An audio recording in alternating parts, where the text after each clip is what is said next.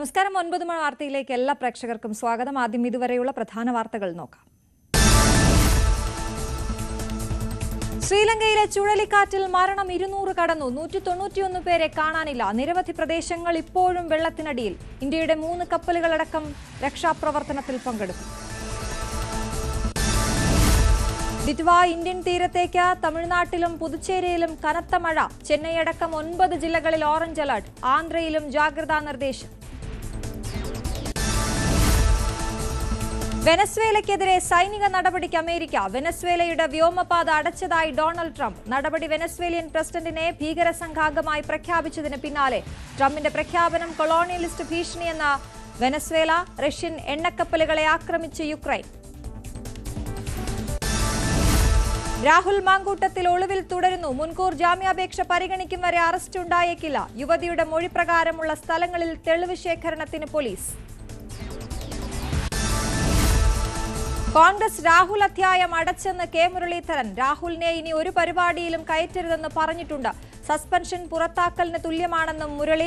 രാഹുൽ വിഷയം തെരഞ്ഞെടുപ്പിൽ കോൺഗ്രസിനെ ബാധിക്കില്ലെന്ന് കെ.സി. വേണുഗോപാൽ.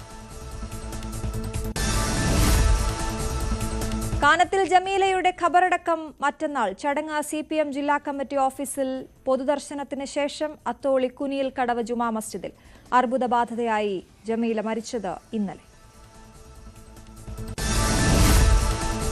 ശബരിമലയിലെ തിരക്കിൽ ഗണ്യമായ കുറവ്. ഇന്നലെ ദർശനം നടത്തിയ തീർത്ഥാടകരുടെ എണ്ണം ആകെ 76,151. മോശമായ കാലാവസ്ഥയെ തുടർന്ന് തമിഴ്നാട്, കർണാടക സംസ്ഥാനങ്ങളിലുള്ള തീർത്ഥാടകർ കുറഞ്ഞതും ശബരിമലയിലും പരിസരങ്ങളിലും മഴ ശക്തമായതുമാണ് അയ്യപ്പന്മാരുടെ എണ്ണത്തിൽ കുറവ് വരുത്തിയത്.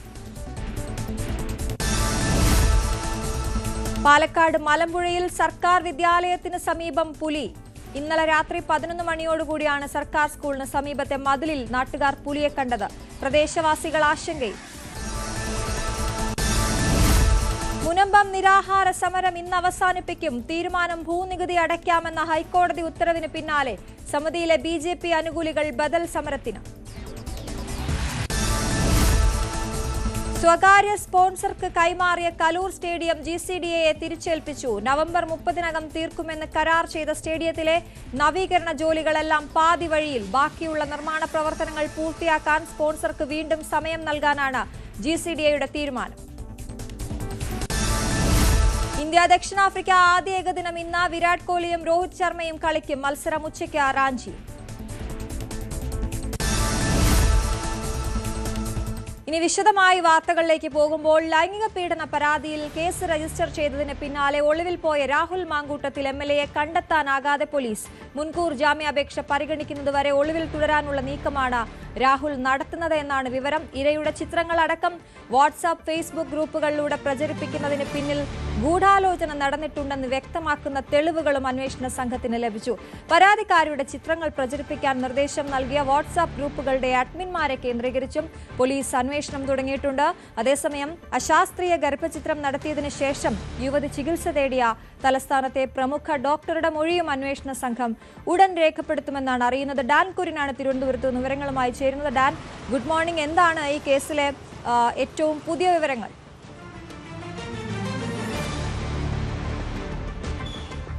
വരുന്ന ബുധനാഴ്ചയാണ് മുൻകൂർ ജാമ്യാപേക്ഷ തിരുവനന്തപുരം പ്രിൻസിപ്പൽ സെഷൻസ് കോടതി പരിഗണിക്കാനിരിക്കുന്നത്. പക്ഷേ കോടതിയിൽ അതിനു മുമ്പ് തന്നെ രാഹുൽ മാങ്കൂട്ടത്തിൻ്റെ അഭിഭാഷകൻ രാഹുലിന് വേണ്ടി അദ്ദേഹത്തിൻ്റെ കൈവശമുണ്ടായിരുന്ന ചില തെളിവുകൾ, അത് ഉഭയകക്ഷി സമ്മതപ്രകാരമുള്ള ബന്ധമായിരുന്നുവെന്ന് വ്യക്തമാക്കുന്ന ചില തെളിവുകൾ അഭിഭാഷകൻ മുഖേന കോടതിയിൽ സമർപ്പിച്ചിട്ടുണ്ട്.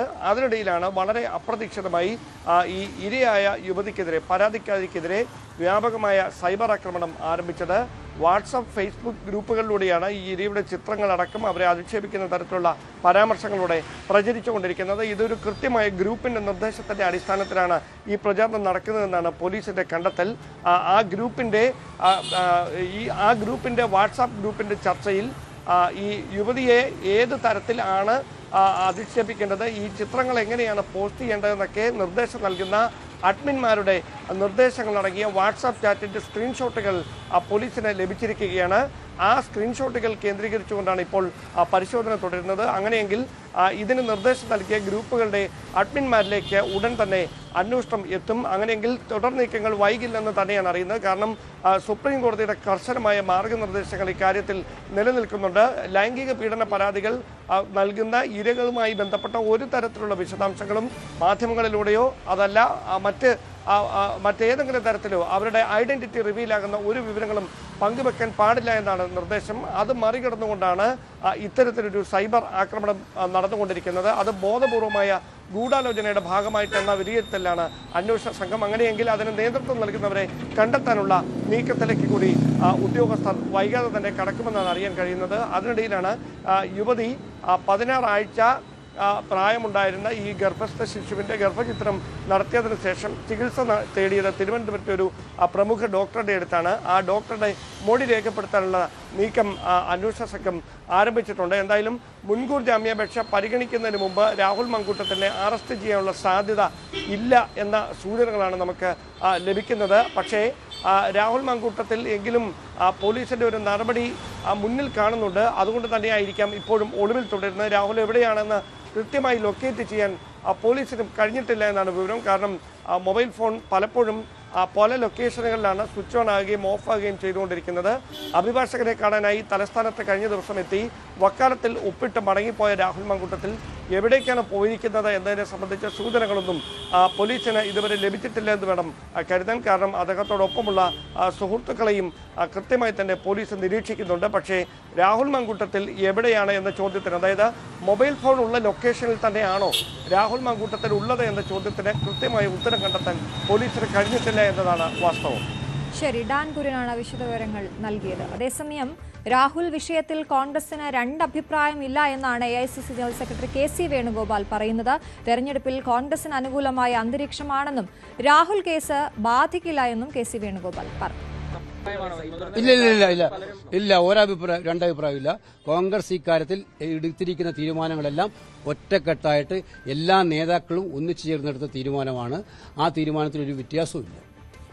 രാഹുൽ മാങ്കൂട്ടത്തിലിനെ ഇനി ഒരു പരിപാടിയിലും കയറ്റരുതെന്ന് പറഞ്ഞിട്ടുണ്ടെന്ന് K മുരളീധരൻ. ഒളിവിൽ പോയവരെ കണ്ടുപിടിക്കേണ്ടത് പോലീസാണ്. സസ്പെൻഷൻ പുറത്താക്കലിന് തുല്യമാണ്.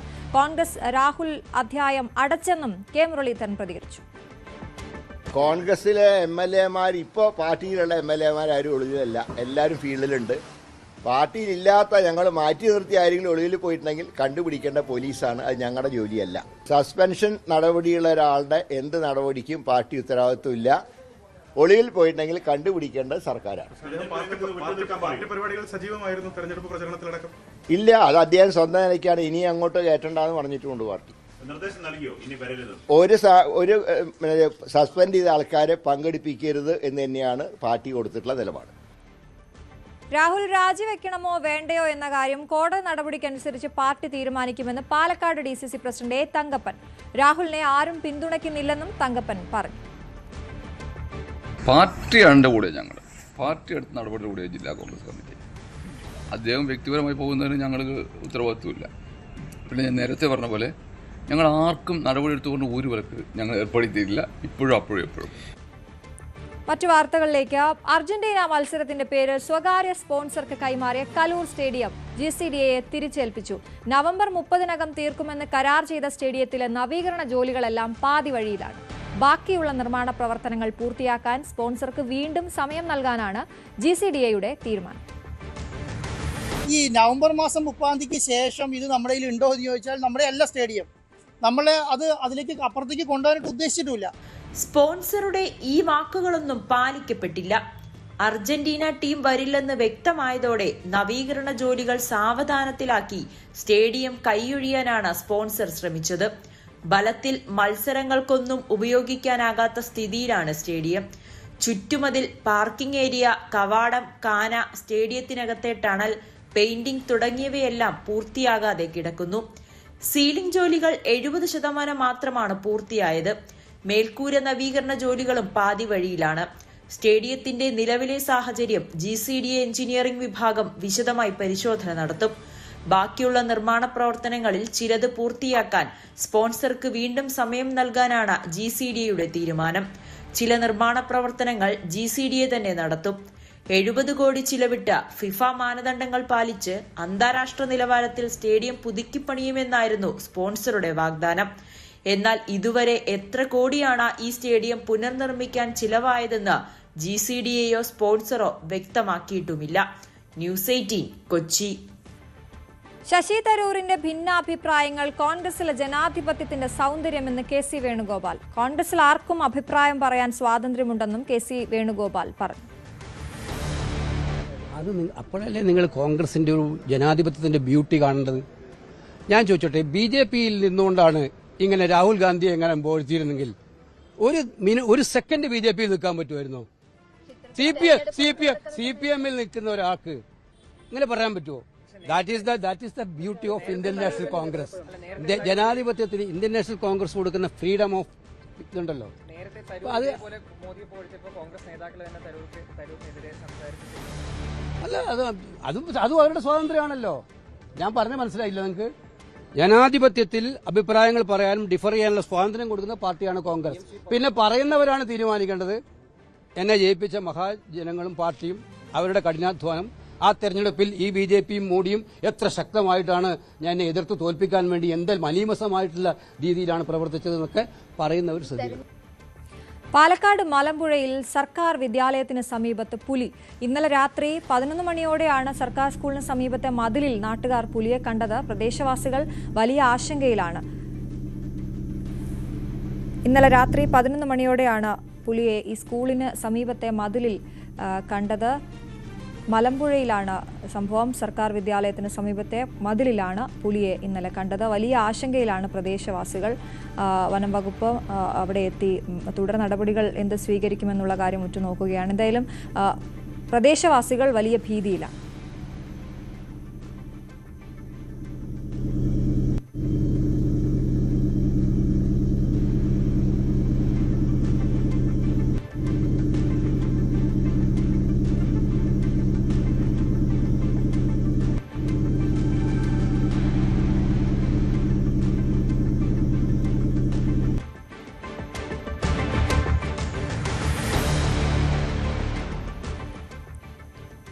ഇനി തദ്ദേശ തെരഞ്ഞെടുപ്പ് വാർത്തകൾ.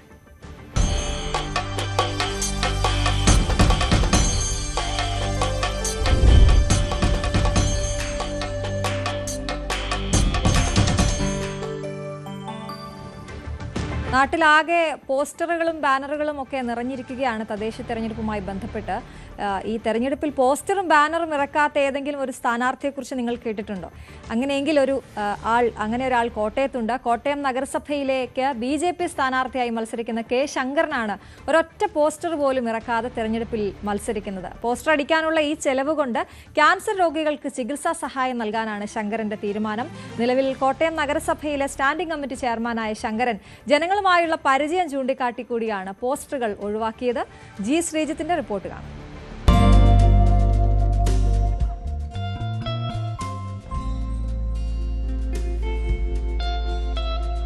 ബസ് സ്റ്റാൻഡൊക്കെ അവിടെ ഉണ്ടോ? ബസ് സ്റ്റാൻഡൊക്കെ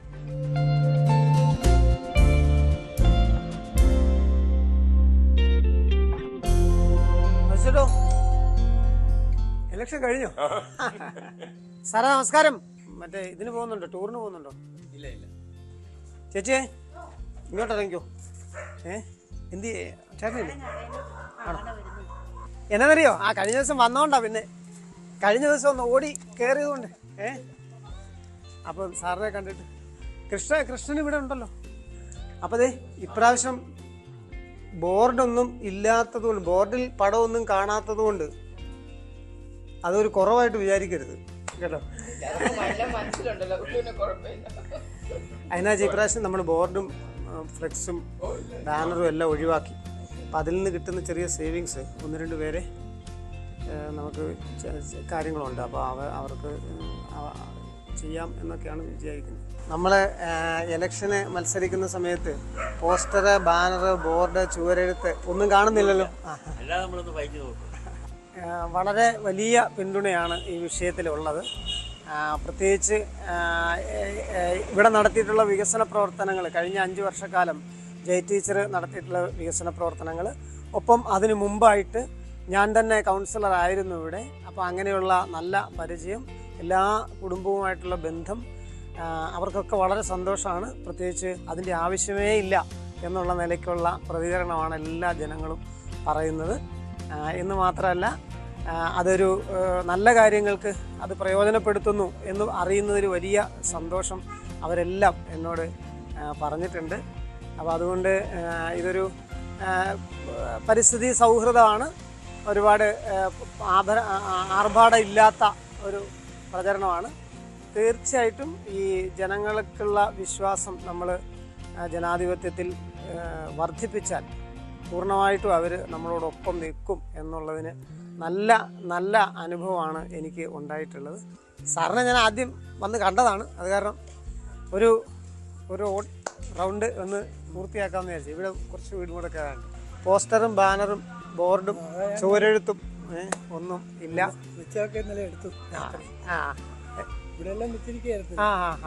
സ്വാഭാവികമായിട്ട് ഇന്നത്തെ ഒരു സാഹചര്യത്തിലുണ്ടാവുന്ന ഒരു ആർഭാടത്തിൻ്റെ ഒരു അന്തരീക്ഷം, ആ അന്തരീക്ഷം ചിലരിലൊക്കെ ഒരു പോസ്റ്ററെങ്കിലും ഒട്ടിക്കണ്ടേ എന്നൊക്കെ ചോദിക്കുന്ന ഒരു സ്ഥിതി ഉണ്ടായിരുന്നു. പക്ഷെ അത് എല്ലാവർക്കും മനസ്സിലായി. അത് ഒന്ന് വീടുകളിലൊക്കെ പോയി കാര്യങ്ങൾ പറഞ്ഞപ്പം എല്ലാവർക്കും അത് മനസ്സിലായി.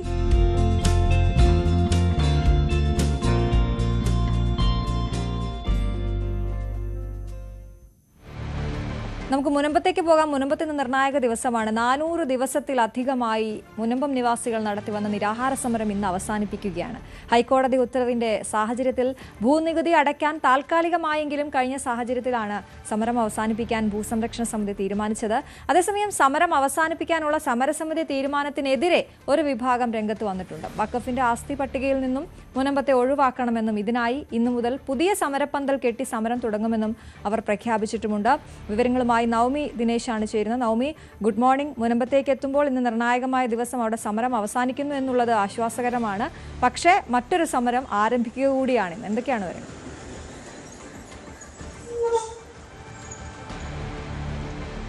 അശ്വതി, നീണ്ട ഒരു വർഷത്തിലധികമായി അവർ നടത്തുന്ന ഒരു പോരാട്ടമാണ്. അതിനൊടുവിലായി അവർക്ക് ഏറെ സന്തോഷത്തോടുകൂടി തന്നെ ഹൈക്കോടതിയുടെ ഉത്തരവുമുണ്ടായി.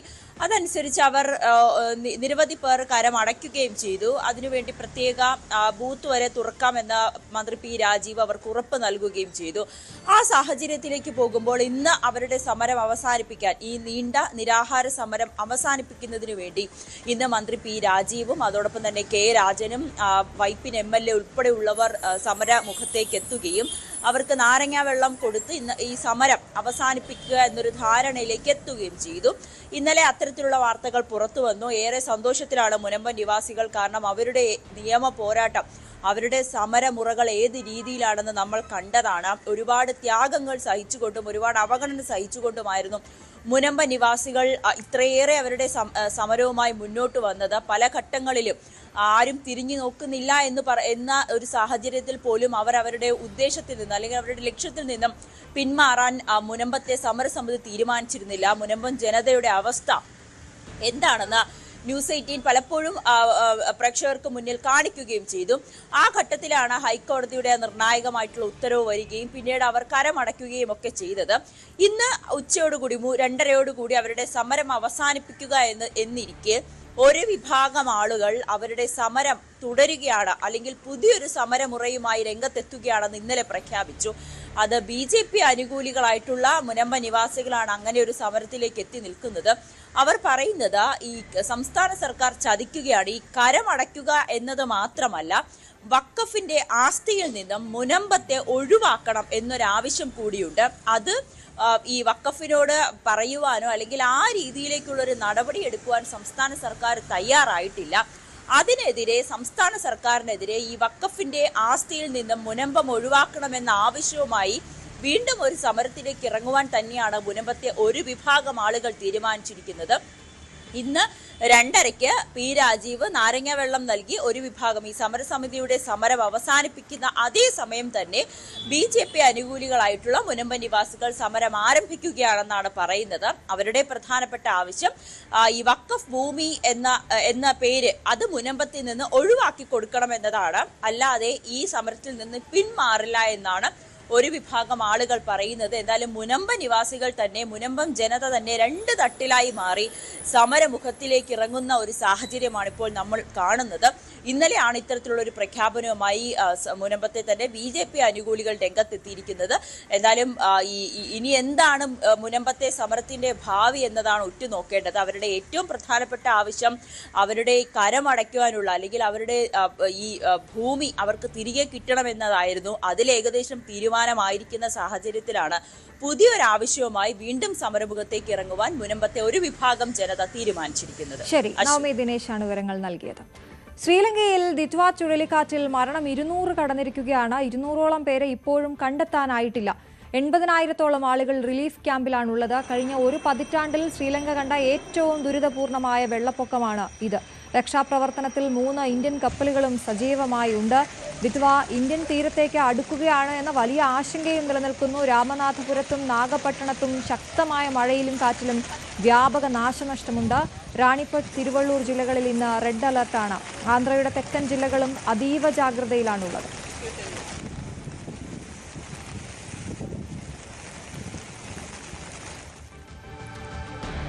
റഷ്യൻ എണ്ണക്കപ്പലുകളെ ആക്രമിച്ച് യുക്രൈൻ. തുർക്കിയുടെ ബോസ്ഫോറസ് കടലിടുക്കിന് സമീപത്ത് വെച്ചാണ് കപ്പലുകളെ ആക്രമിച്ചത്. കെയ്റോസ്, വിരാട് എന്നീ കപ്പലുകളാണ് ആക്രമിക്കപ്പെട്ടത്.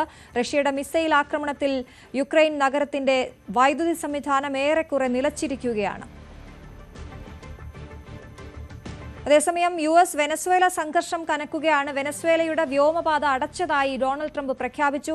വെനസ്വേലയിലെ മയക്കുമരുന്ന് മാഫിയയെ ഇല്ലാതാക്കാനുള്ള ശ്രമങ്ങൾ ഉടൻ ആരംഭിക്കുമെന്ന് ട്രംപ് നേരത്തെ പറഞ്ഞിരുന്നു. ഇതിന് പിന്നാലെയാണ് വെനസ്വേലയുടെ വ്യോമപാത അടച്ചതായി ട്രംപ് പ്രഖ്യാപിച്ചത്. വെനസ്വേലയിലേക്ക് സൈനിക നീക്കങ്ങൾ നടത്തുകയാണോ അമേരിക്കയുടെ പദ്ധതി എന്നാണ് ലോകരാജ്യങ്ങൾ ഉറ്റുനോക്കുന്നത്.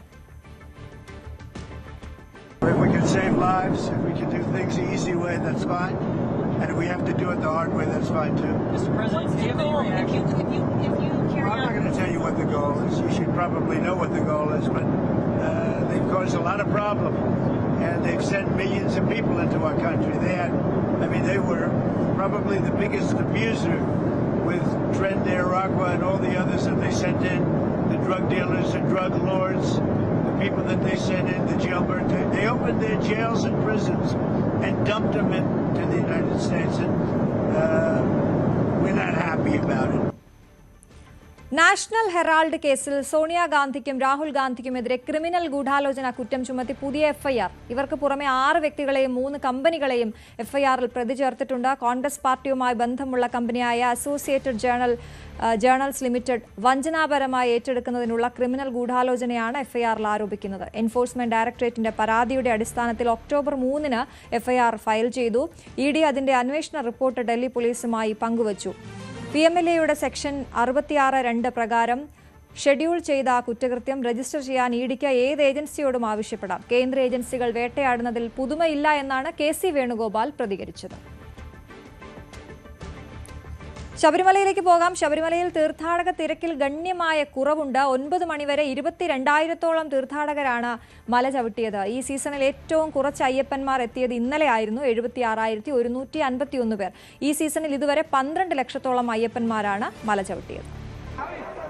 ശബരിമല സന്നിധാനത്ത് രാവിലെ മുതൽ തിരക്ക് കുറവാണ്. ഇന്നലെ തന്നെ 76,151 പേർ മാത്രമാണ് ഇന്നലെ തീർത്ഥാടകരായി എത്തിയത്. ഇന്ന് രാവിലെ മുതൽ തിരക്ക് കുറവാണ്. 2,500 പേരാണ് 1 മണിക്കൂറിൽ മല ചവിട്ടുന്നത്. ഇപ്പോൾ നമുക്ക് കാണാം തിരക്കൊഴിഞ്ഞ ഒരു രീതിയിലാണ് ഈ പറയുന്ന തീർത്ഥാടനം നടക്കുന്നത്. തീർത്ഥാടകരെല്ലാം തന്നെ കുട്ടികളും പ്രായമുള്ളവരും എല്ലാം എത്തുന്നുണ്ട്. എന്നാൽ തീർത്ഥാടക എണ്ണത്തിൽ വലിയ തോതിലുള്ള കുറവുണ്ട്. കഴിഞ്ഞ ദിവസങ്ങളിൽ ഉണ്ടായിരുന്ന തിരക്ക് ഇപ്പോൾ ശനി ഞായർ ദിവസങ്ങളിൽ കൂടുമെന്നാണ് ധരിച്ചിരുന്നത്. എന്നാൽ കർശനമായ നിയന്ത്രണം ഏർപ്പെടുത്തിയിരുന്നു. കഴിഞ്ഞ ദിവസങ്ങളിൽ 70,000 പേർ വെർച്വൽ ക്യൂ വഴിയും 5,000 പേർ സ്പോട്ട് ബുക്കിംഗ് വഴിയും എത്തുക എന്നുള്ളതായിരുന്നു ദേവസ്വം ബോർഡിൻ്റെയും അധികൃതരുടെ തീരുമാനം. എന്നാൽ അത് മറികടന്നുകൊണ്ട് തന്നെ 95,000-ഉം 1 ലക്ഷത്തോളം പേരെല്ലാം എത്തുന്ന ഒരു സാഹചര്യം കഴിഞ്ഞ ദിവസങ്ങളിൽ ഉണ്ടായിരുന്നു. എന്നാൽ ഇത്തവണ ഈ കഴിഞ്ഞ ദിവസങ്ങളിൽ മഴയും പ്രത്യേകിച്ചും തമിഴ്നാട്, ആന്ധ്ര സംസ്ഥാനങ്ങളിലുണ്ടായ ചുഴലിക്കാറ്റ്, അവിടുത്തെ കാലാവസ്ഥാ പ്രശ്നങ്ങളെല്ലാം തന്നെ തീർത്ഥാടകരുടെ എണ്ണത്തിൽ വലിയ തോതിൽ കുറവ് വരുത്തി എന്നാണ് മനസ്സിലാക്കാൻ കഴിയുന്നത്. കേരളത്തിലും ഈ പറഞ്ഞ പോലെ മഴ ഉണ്ടായിരുന്നു. പത്തനംതിട്ട ജില്ലയിൽ മഴയുണ്ടായിരുന്നു. അതുപോലെ പത്തനംതിട്ടയിൽ നിന്ന് വന്ന തീർത്ഥാടകർ ഇവിടെ എത്തുമ്പോൾ തന്നെ പമ്പയിലും മഴ പെയ്യുന്ന അവസ്ഥയായിരുന്നു ഇന്നലെ. ആ സാഹചര്യത്തിലാണ് തീർത്ഥാടകരുടെ എണ്ണത്തിൽ വലിയ തോതിൽ കുറവ് വന്നത് എന്നാണ് മനസ്സിലാക്കുന്നത്. ഇന്ന് രാവിലെയും തീർത്ഥാടകർ എത്തിയില്ല. കാരണം ഇന്നലെ രാത്രിയെല്ലാം മഴ പെയ്യുന്ന സാഹചര്യമുണ്ടായിരുന്നു. അതുപോലെ പുല്ലുമേട് വഴിയുള്ള തീർത്ഥാടകർക്കും ആവശ്യത്തിനുള്ള നിർദ്ദേശങ്ങൾ നൽകിക്കൊണ്ടായിരുന്നു ഇന്നലെ തീർത്ഥാടനം പുരോഗമിച്ചിരുന്നത്. കഴിഞ്ഞ ദിവസങ്ങളിലെല്ലാം തന്നെ സുഗമമായ കാലാവസ്ഥയായിരുന്നു. എന്നാൽ ഇന്നലെ കാലാവസ്ഥയിൽ മാറ്റം വന്നു. ഇന്ന് വീണ്ടും വെയിൽ ഉദിച്ചിട്ടുണ്ട്. തീർത്ഥാടകർക്ക് സുഗമമായി വരാനുള്ള സാഹചര്യം ഒരുങ്ങിയിരിക്കുന്നു. അതിനാൽ ഇനി തീർത്ഥാടകരുടെ എണ്ണത്തിൽ വർധനവുണ്ടാകാനുള്ള സാഹചര്യമുണ്ട്. സുഗമമായ രീതിയിൽ ദർശനം പുരോഗമിക്കുന്ന കാഴ്ചയാണ് നമ്മൾ കാണുന്നത്. ഈ 12 വിളക്ക് കഴിഞ്ഞ സാഹചര്യത്തിൽ ഇനി മലയാളികളുടെ എണ്ണത്തിൽ വർധനവുണ്ടാകാനുള്ള സാഹചര്യമുണ്ട്. കേരളത്തിൽ നിന്നുള്ള മലയാളികളായ തീർത്ഥാടകർ കൂടുതൽ എത്തുന്ന ഒരു സാഹചര്യമുണ്ടാകും. പിന്നെ അടുത്ത 1-ാം തീയതി ആകുമ്പോഴേക്കും വീണ്ടും ആളുകളുടെ എണ്ണം കൂടും എന്നാണ് പ്രതീക്ഷിക്കുന്നത്. വരുന്ന ആഴ്ചയിൽ തിരക്ക് കൂടാനുള്ള സാധ്യതയുണ്ട്. സന്നിധാനത്ത് നിന്ന് സജീവ് സിവാരാണ് വിവരങ്ങൾ നൽകിയത്. കേരളത്തിന് പുറത്ത് കേരളപുരം എന്നൊരു ഗ്രാമമുണ്ട്. തമിഴ്നാട്ടിലെ നാഗർകോവിലിനടുത്താണ് ഈ കേരളപുരം. അവിടുത്തെ ശിവക്ഷേത്രവും അതിശയ ഗണപതിയുടെ വിഗ്രഹവും ഒക്കെ ഏറെ പ്രശസ്തമാണ്.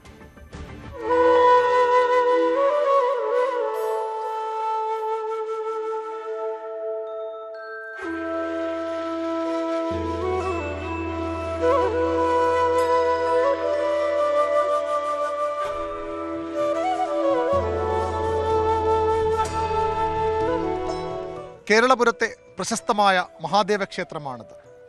ഈ മഹാദേവ ക്ഷേത്രത്തിനടുത്ത് തന്നെ ഒരു ഗണപതി ക്ഷേത്രം കൂടിയുണ്ട്. അതിശയ ഗണപതി എന്ന് വിളിക്കപ്പെടുന്ന നിറം മാറുന്ന വിഗ്രഹമുള്ള ഗണപതി ക്ഷേത്രം.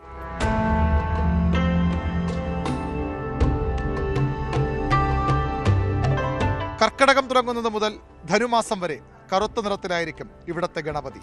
മകരം മുതൽ മിഥുനം വരെയുള്ള ഉത്തരായനത്തിൽ വെളുത്ത നിറത്തിലാണ് ഗണേശനെ കാണാൻ കഴിയുക. ഈ സമയം ക്ഷേത്രത്തിലെ കിണറ്റിലെ വെള്ളത്തിനും നിറമാറ്റമുണ്ടാകുമെന്ന് പറയപ്പെടുന്നു. ഗണേശൻ കറക്കുമ്പോൾ വെള്ളം തെളിയും, ഗണേശൻ വെളുക്കുമ്പോൾ വെള്ളം കറക്കും. അവിടം കൊണ്ടും തീരുന്നില്ല അതിശയ ഗണപതി ക്ഷേത്രത്തിലെ അതിശയങ്ങൾ. നൂറ്റാണ്ടുകൾ പഴക്കമുള്ള ഒരു പടുകൂറ്റൻ അരയാലുണ്ട് ഇവിടെ. ഗണേശൻ കറക്കുമ്പോൾ അരയാലിൻ്റെ മുഴുവനിലയും പൊഴിയും. വെളുത്ത ഗണേശനുള്ളപ്പോൾ അരയാൽ തളർക്കും. വിഗ്രഹം നിർമ്മിച്ചിട്ടുള്ള കല്ലിൻ്റെ പ്രത്യേകത കൊണ്ടാണ് ഈ നിറം മാറ്റം സംഭവിക്കുന്നതെന്നാണ് ഒരഭിപ്രായം. ദക്ഷിണായനത്തിലും ഉത്തരായനത്തിലും ഇതെങ്ങനെ കൃത്യമായി സംഭവിക്കുന്നു എന്ന കാര്യത്തിൽ തർക്കങ്ങളുണ്ട്. 12-ാം നൂറ്റാണ്ടിലാണ് ഈ ഗണേശനെ പ്രതിഷ്ഠിച്ചതെന്നാണ് കരുതുന്നത്. കേരളവർമ്മ രാജാവ് രാമേശ്വരം ക്ഷേത്രം സന്ദർശിക്കവേ ദേഹശുദ്ധിക്കായി കടലിലിറങ്ങി. രാമേശ്വരത്ത് കടലിലൂടെ മുട്ടളവ് വെള്ളത്തിൽ ഏറെ ദൂരം നടക്കാനാവും. അങ്ങനെ നടക്കുമ്പോൾ രാജാവിൻ്റെ കാലിലെന്തോ തടഞ്ഞു.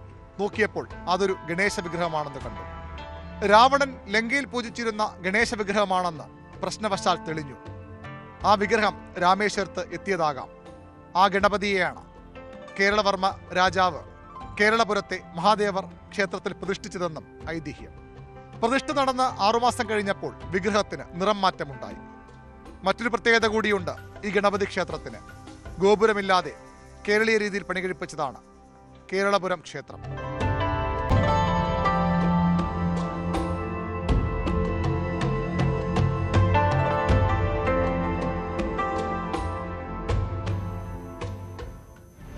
ഒൻപത് മണി വാർത്ത ഇവിടെ പൂർണ്ണമാവുകയാണ്. എല്ലാവർക്കും ഒരിക്കൽ കൂടി ഒരു നല്ല ഞായറാഴ്ച ആശംസിക്കുന്നു. ഇനി കാണാം.